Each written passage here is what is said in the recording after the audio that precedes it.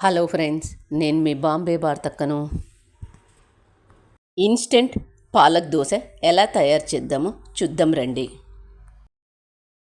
ఆకుకూరలంటే ఇష్టపడని పిల్లలకు ఇలా పాలక్తో దోశ చేసి పెట్టినట్లయితే ఇష్టంగా తింటారు. రోజు ఏదో ఒక విధంగా ఆకుకూరలు తినడం వల్ల కంటి చూపు మరియు రక్తం బాగా ఉంటుంది, జీర్ణం కూడా బాగా అవుతుంది. బొంబాయి రవ్వ లేదా దీన్నే సూజీ కూడా అంటారు. 1 కప్ పాలక్ ఆకులు మాత్రమే 15 తీసుకోండి. కొద్దిగా కొత్తిమీర. ఆకుకూరలకు ఉప్పు తక్కువగా పడుతుంది కాబట్టి 1/2 టేబుల్ స్పూన్ చాలు. చక్కెర 1/2 టేబుల్ స్పూన్ వేసుకోవడం వల్ల దోశలు మంచి కలర్లో వస్తాయి. పెరుగు 3/4 కప్. ఈనో పౌడర్ లేదా వంట సోడా. ఒక మిక్సీ జార్ తీసుకొని అందులో కేవలం పాలక్ ఆకులు మాత్రమే వేసుకోండి. బొంబాయి రవ్వ 1 కప్పు వేసుకోండి. ఏ కప్పుతో అయితే రవ్వ తీసుకుంటామో అదే కప్పుతో 3/4 కప్ పెరుగు తీసుకోండి. దోశ మంచి కలర్లో రావడం కోసం కొద్దిగా కొత్తిమీర వేసుకోండి. ఉప్పు, చక్కెర,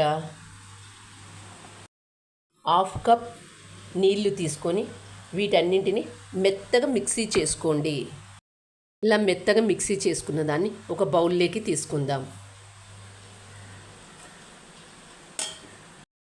ఈనో పౌడర్ కానీ లేదా వంట సోడా కానీ 1/2 టేబుల్ స్పూన్ వేసుకోండి. దీని మీద 1 టేబుల్ స్పూన్ నీళ్లు పోసి పిండినంత కలుపుకుందాం. కలిపిన వెంటనే దోశ వేసుకోండి. గ్యాస్ ఆన్ చేసుకొని పెన్నం పెట్టుకోవాలి. ఆనియన్తో అంతా స్ప్రెడ్ చేసుకొని మంటను లో ఫ్లేమ్లో పెట్టుకొని ముందుగా మనం తయారు చేసుకున్న ఈ బ్యాటర్ను పెన్నం మీద వేసుకోవాలి.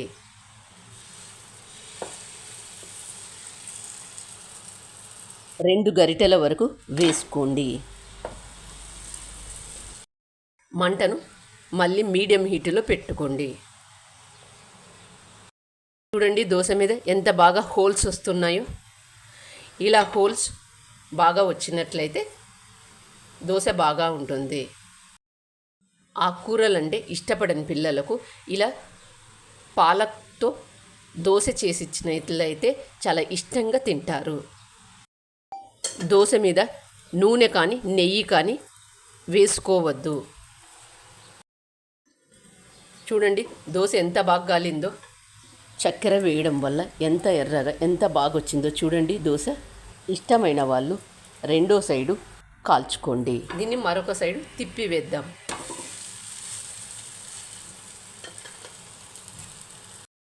మంటను మీడియం హీటులో పెట్టి కాల్చుకోండి. రెండో వైపు కాల్చేటప్పుడు 2 సెకండ్ల కన్నా ఎక్కువ. చూడండి దోశ ఎంత బాగా గాలిందో, ఎంత బాగా వచ్చిందో, ఎంత కలర్ఫుల్గా ఎంత బాగుందో చూడండి. మరొకటి వేసి చూపిస్తాను చూడండి.